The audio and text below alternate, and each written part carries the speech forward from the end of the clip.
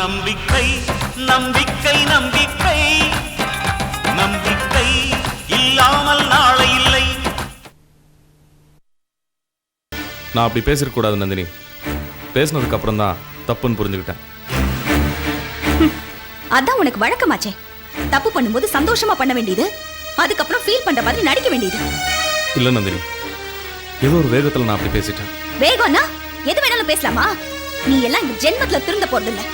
பெண்களை கேவலப்படுத்தி அழ வைக்கிறதே உனக்கு பொழப்பா போச்சு. அதுக்கு முதல் பலி இந்த நந்தினி. அது கூட எனக்கு உறுதியா தெரியாதுப்பா. இதுக்கு முன்னால எவ்வளவு நந்தினிகளை அழ வச்சிருக்கியோ? இல்ல நந்தினி, சந்தர்ப்ப சூழ்நிலை அதான் நம்ம 2 பேரும் சேர முடியாம போச்சே தவிர இதுல என் பங்கு ஒண்ணும் இல்ல. சேர வேண்டாம், சேரவே வேண்டாம். ஒரு விதத்துல நீயும் நானும் சேராததுக்கு நான் சந்தோஷப்படுறேன். ஏன்னா பெத்த தாயும் கட்டின பொண்டாட்டியுமே சந்தேகப்பட்டு கேவலமா பேசின நீ வாழ்க்கையில எதை பண்ணவும் தயங்க மாட்டேன். நீ மட்டும் எனக்கு புருஷனா வந்திருந்தா ஒண்ணு நீ என்ன கொண்டு இருப்ப, இல்ல நீ செஞ்ச கொடுமைகளுக்கு நான் உன்னை கொண்டு இருப்பேன். உன் பொண்டாட்டி மாதிரி நான் ஒண்ணு ஏமாளி இல்ல. எங்க அம்மா கிட்டயோ மனைவி கிட்டயோ மன்னிப்பு கேட்டு அவங்கள என் கூட கூட்டிட்டு போக தான் நான் இங்க வந்திருக்கேன். எந்த முகத்தை வச்சுக்கிட்டு இந்த வீட்டுக்கு வந்த? 100 ரூபாய் கைமாத்தா கொடுத்திருந்தா திரும்ப வாங்கிடலாம். ஆனா பேசின வார்த்தைய திரும்ப வாங்க முடியுமா? தாய் நாடு, தாய்மொழி, தாய் வீடுன்னு தாய தெய்வமா மதிக்கிற பூமி இது. அப்படிப்பட்ட தாயே எந்த அளவுக்கு கேவலமா பேச முடியுமோ அந்த அளவுக்கு பேசியாச்சு. இனிமே மன்னிப்பு கேட்டு என்ன பிரயோஜனம்? என்ன அறியாம நான் பேசிட்டேன் நந்தினி. உன்னை கூட நான் அவமானப்படுத்திட்டேன். உன்கிட்டயும் நான் மன்னிப்பு கேட்டுக்கிறேன்.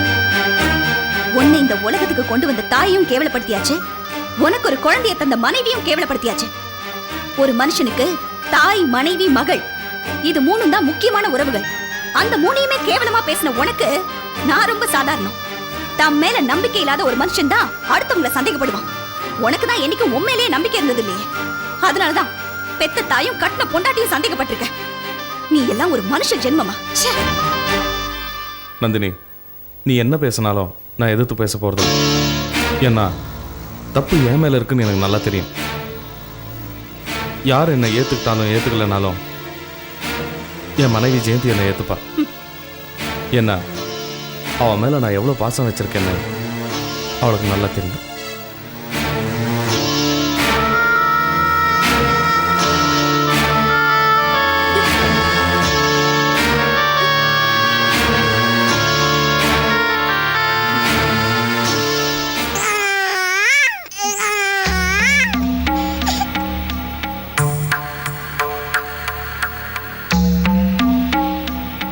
நில்லுங்க ஜெயந்தி. எங்க கிளம்பிட்டீங்க? என் புருஷன் வீட்டுக்கு. புருஷனா? நீங்க தற்கொலை செஞ்சுக்கிற அளவுக்கு உங்களை தூண்டினவரை உங்க புருஷன் சொல்றீங்களா? வசந்த் சொன்ன வார்த்தைகள்லாம் மறந்துட்டீங்களா ஜெயந்தி? அதுக்காக தான் அவர் மன்னிப்பு கேட்க வந்தாரு.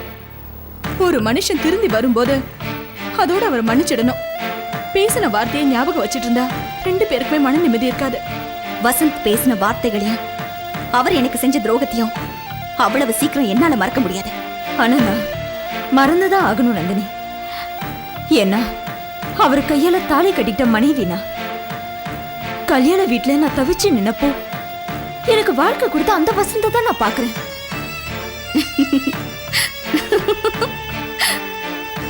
புருஷன் என்ன கொடுமை பண்ணாலும் அதை சகிச்சுட்டு போற ஒரு சாதாரண மனைவிதான் நீங்களும் நிரூபிச்சிட்டீங்களே ஜெயந்தி. நான் ஒரு பொம்பளை பிள்ளைக்கு தாய் நந்தினி. என் குழந்தைக்காகவாது நான் அவரோட வாழ்ந்துதான் ஆகணும். எனக்கும் பொம்பளை பிள்ளை இருக்கு ஜெயந்தி. அதுக்கு தாயும் நான் தான், தகப்பனும் நான் தான். அதுக்காக நான் ஒன்னும் கலங்கி போயிடலையே. என் பொண்ணை என்ன மாதிரியே தைரியமா வளர்க்க போறேன். உங்க நிலைமை வேற, ஏன் நிலைமை வேற நந்தினி. உங்களுக்கு ராம்கோபால்ங்கிற ஒரு பெரிய கோடீஸ்வரரோட நிழல் கிடைச்சது. ஆனா நான் ராமையா பொண்ணு. அடுத்தவங்க மனசு நோகாதபடி வாழ்ந்து பழகிட்டேன். எங்க அப்பா சொல்லி கொடுத்த பாடமும் அதுதான். அது சரி, அதுக்காக அடுத்தவங்க மனசை நோகடிக்கிறவங்களோட எவ்வளவு நாள் வாழ முடியும்? இத பாருங்க, உங்களுக்காக நான் இருக்கேன் ஜெயந்தி. ஒரு 10 நாள் இங்கே என் கூட இருங்க. அப்புறம் என்ன நடக்குதுன்னு பாருங்க. அவர் ஏதோ வந்து 4 வார்த்தை நல்லபடியா பேசிட்டாருங்கிறதுக்காக உடனே அவர் பின்னாடி ஓடணும்னு நினைக்கிறீங்களே, இது இதுதான் நம்ம பெண்கள் சமுதாயத்துல இருக்கிற பலவீனம். புருஷங்கிறவன் தலை மாதிரினா பொண்டாட்டிங்கிறவ கழுத்து மாதிரி. கழுத்து இல்லாம தலை எந்த பக்கமும் திரும்ப முடியாது. தாலி கட்டின ஒரே காரணத்துக்காக பொண்ணு எப்ப பார்த்தாலும் தலை குனிஞ்சிருக்கணுங்கிற அவசியம் இல்லை ஜெயந்தி. அவமானம் வரும்போது தலை நிமிர்ந்தாதான் அந்த பொண்ணுக்கும் மரியாதை, இந்த மண்ணுக்கும் மரியாதை. சாரி நந்தினி, 10 நாள் என்ன பார்க்காம வேணா அவரு இருக்கலாம், ஆனா அவரை பார்க்காம என்னால இருக்கவே முடியாது. அத்தை கோயிலுக்கு போயிருக்காங்க, அவங்க வந்த உடனே நான் கிளம்பிட்டேன்னு சொல்லிடுங்க. நான் வரேன் நந்தினி.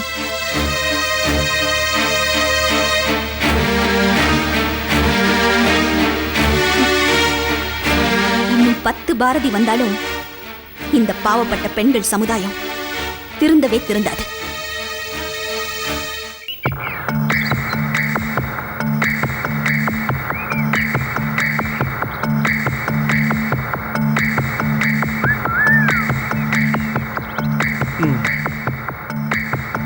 ஆமாண்டி, எதுக்காக என்ன இங்கே கூட்டிகிட்டு வந்தீங்க?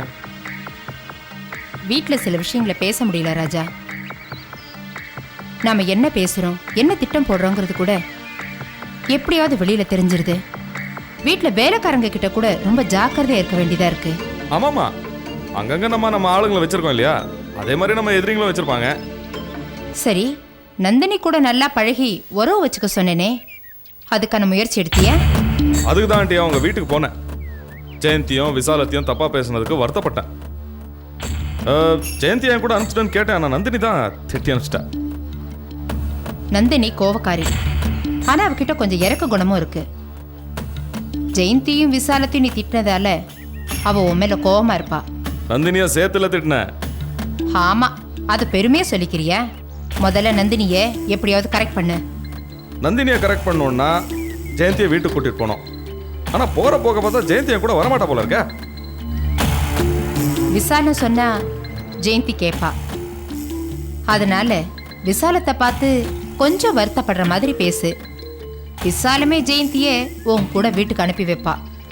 ஏன்டி இந்த நந்தினியை கரெக்ட் பண்ணோன்னா இத்தனை பேர்கிட்ட கெஞ்ச வேண்டியிருக்கு? என்ன செய்யறது ராஜா, அவகிட்ட பல கோடி சொத்து இருக்கே. அந்த ராம்கோபால் ஏதாவது தர்மஸ்தாபனத்துக்கு எழுதி வச்சிருந்தா கூட நான் சந்தோஷப்பட்டிருப்பேன். போயும் அவளுக்கு எழுதி வச்சிட்டாரு. என் காலு கீழே கடந்தவ அவ. என்னைக்கு கோடீஸ்வரியா இருக்கா. பக்கத்தில் இருக்கிறவங்க முன்னேறிடக்கூடாது. எங்கேருந்தோ யாரோ வந்து கோடி கணக்கில் சம்பாதிச்சு பெரிய ஆளாக வந்தாலும் நம்ம கண்டுக்க மாட்டோம்.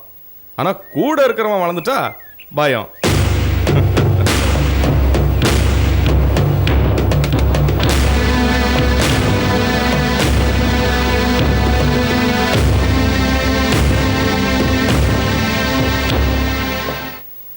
அடடே மிஸ்டர் கௌதம், வாங்க வாங்க.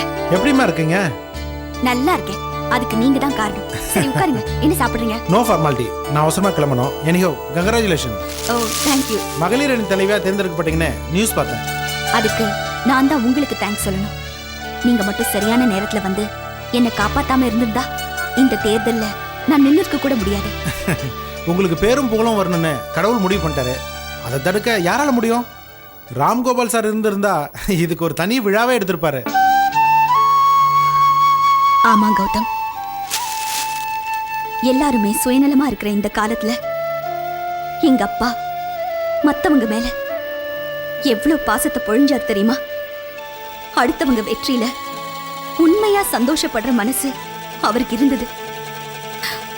அவர் மட்டும் இன்னைக்கு உயிரோட இருந்திருந்தா இந்த வெற்றியை பார்த்து ரொம்ப சந்தோஷப்பட்டிருப்பாரு.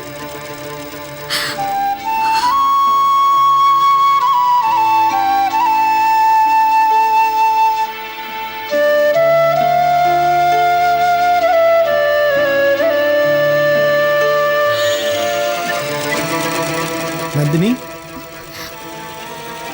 I'm sorry Gautham. அப்பாவோட ஞாபகத்துல நான் ஏதேதோ பேசி உங்களை போர் அடிச்சிட்டேன். சேச்சே அதெல்லாம் ஒன்றும் இல்லைம்மா. ராம்கோபால் சார் எனக்கு என்ன அண்ணியம்மா? எங்கள் அப்பாவும் அவரும் க்ளோஸ் ஃப்ரெண்ட்ஸ் தானே. ஆமா, உங்க பொண்ணு எப்படி இருக்கா? இருக்கா நந்தினி. மிஸ்டர் கௌதம், நீங்க தப்பா நினைச்சுக்கலன்னா நான் ஒரு சஜஷன் சொல்லலாமா? சொல்லுங்க. உங்களுக்காக இல்லைனாலும் உங்க மகளுக்காகவாது நீங்க இன்னொரு கல்யாணம் பண்ணிக்கலாமே. இல்லை நந்தினி, என் மனைவியை என்னால் மறக்க முடியாது. உயிருக்குயிரா நம்பின பொண்ணையே ஏமாத்துற ஆண்கள் இருக்கிற இந்த காலத்துல இறந்து போன உங்க மனைவியை நினைச்சே நீங்க வாழ்ந்துட்டு இருக்கீங்களே. You are really great. Okay, நான் கிளம்புறேன். நந்தினி, அவசியம் நீங்கள் எங்கள் வீட்டுக்கு வரணும். கண்டிப்பா வருவேன். ஏன்னா உங்க மகளை பார்த்தாதான் எனக்கு சந்தோஷம். ரொம்ப தேங்க்ஸ். வரேன்.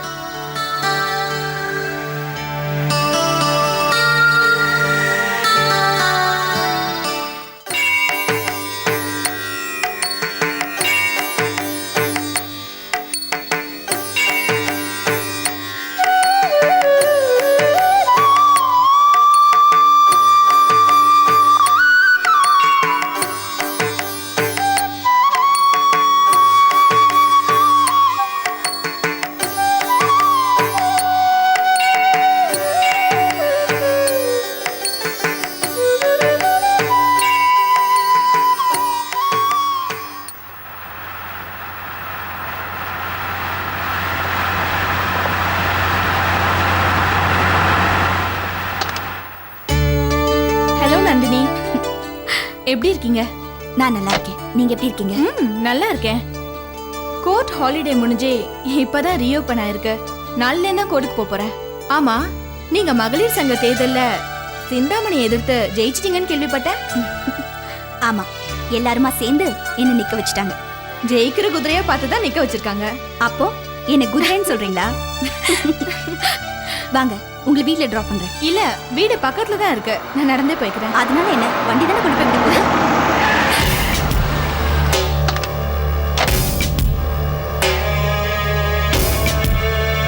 கல்யாணி, எப்படி இருக்க?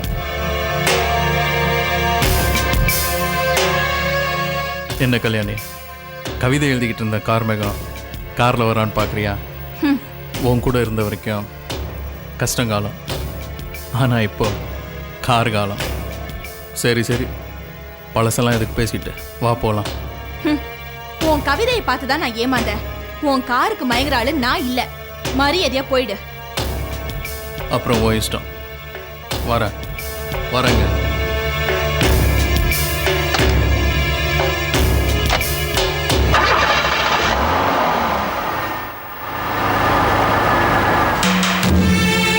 யாருங்க இவரு? கொஞ்சம் கூட மேனஸே இல்லாம பேசிட்டு போறாரு. இது நானே தேடிட்டு சோதனை. எங்க அப்பா ராசியான கல்யாண தரகர்னு பேர் எடுத்தவரு. அவர் வரன் பார்த்து சேர்த்து வச்ச கணவன் மனைவி எல்லாம் இப்போ ஓஹோன்னு வாழ்ந்துட்டு இருக்காங்க. அப்படிப்பட்ட அப்பாக்கு மகளா பிறந்து நானே தேடிக்கிட்ட புருஷன் தான் இந்த கார்மேகம்.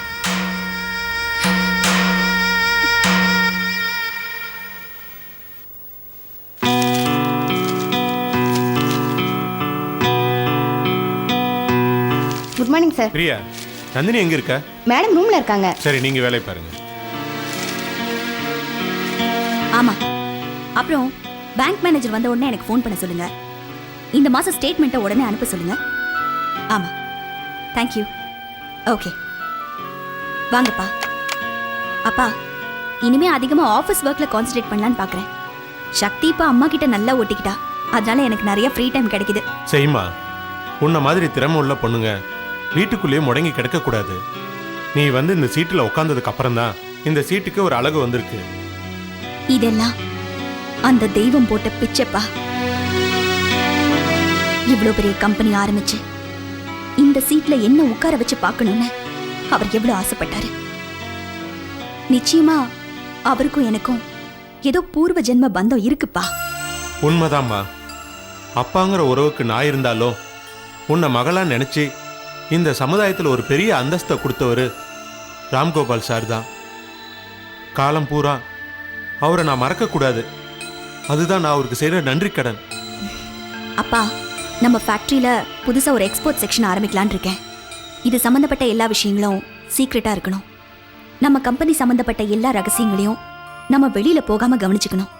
அதனால இந்த செக்ஷன்ல எல்லாமே புது ஸ்டாஃபா, அதுவும் குறிப்பா பெண்களை அப்பாயிண்ட் பண்ணலான் இருக்கேன். நீங்க என்ன ஃபீல் பண்றீங்க? அப்படியே செய்யுமா. நமக்கு இப்போ வெளியில் நிறைய போட்டி இருக்கு, ஜாக்கிரதையாக இருக்கணும். அப்புறம் ஒரு முக்கியமான விஷயம் உங்கள்கிட்ட பேசணும். என்னப்பா? வசந்தோட போக்கில் நிறைய மாறுதல் தெரியுதுமா. வர வர வசந்தோட கேரக்டரே சரியில்லைன்னு தோணுது. வர வர என்னப்பா? வரும்போதே வசந்தோட கேரக்டர் அப்படிதான், பிறவி குணம். இல்லம்மா, விசாலா வயித்துல பிறந்தவன் நிச்சயமா கெட்டவனா இருக்க முடியாது. அப்படின்னா வசந்த் விசாலம்மா வயித்துல பிறக்கலன்னு சொல்ல வரீங்களா? நான் அப்படி சொல்லலம்மா. ஆனா பழைய வசந்துக்கும் இப்போ கொஞ்ச நாளா நாம பாக்குற வசந்துக்கும் நிறைய வித்தியாசம் இருக்குமா. எப்படிப்பா சொல்றீங்க? இவன் ரொம்ப மோசமானவனா இருக்காம்மா. அவன் மட்டும் என்ன, எனக்கு நம்பிக்கை துரோகம் பண்ணல. வசந்த் என்னைக்குமே கெட்டவன் தான்ப்பா. அமாவாசை பௌர்ணமி போது கடல்ல அலைகள் பொங்கி எழற மாதிரி இப்ப வசந்தோட அட்டகாசம் கொஞ்சம் அதிகமாயிருக்கு, அவ்வளவுதான். வசந்த் நல்லவனா கெட்டவனான்னு நான் ஆராய்ச்சி பண்ண வல்லம்மா. வசந்தோட போக்குலையும் செயல்லையும் நிறைய மாற்றம் தெரியுது. நீங்க சொல்றத பார்த்தா இப்ப இருக்கிறது வசந்து தானான்னு எனக்கே சந்தேகமா இருக்குமா. அப்பா, நீங்க ஒரு வார்த்தை பேசினா கூட 4 தடவை யோசிச்சு தான் பேசுவீங்க. அப்படிப்பட்ட நீங்க சொல்லும்போது என்னால நம்பவும் முடியல, நம்பாம இருக்கவும் முடியல. வசந்த் கண்ணுல கான்டாக்ட் லென்ஸ் போட்டிருக்காம்மா. அவன் இதை போட வேண்டிய அவசியம் என்ன? நான் போய் விசாரிச்சு பார்த்தேன், அவன் கண்ணில் எந்த ப்ராப்ளமும் இல்லையா. அப்போ எதுக்காக கான்டாக்ட் லென்ஸ் போடணும்? யாரை ஏமாத்துறதுக்காக இந்த நாடகம்? அதாம்மா எனக்கே புரியல. வசந்த் ஒரு நேரத்துல சிந்தாமணி விட்டு பிரிஞ்சிருந்தான். நேத்து நான் ரெஸ்டாரண்ட்ல பார்த்தேன், சிந்தாமணியோட உட்காந்து பேசிட்டு இருந்தான்.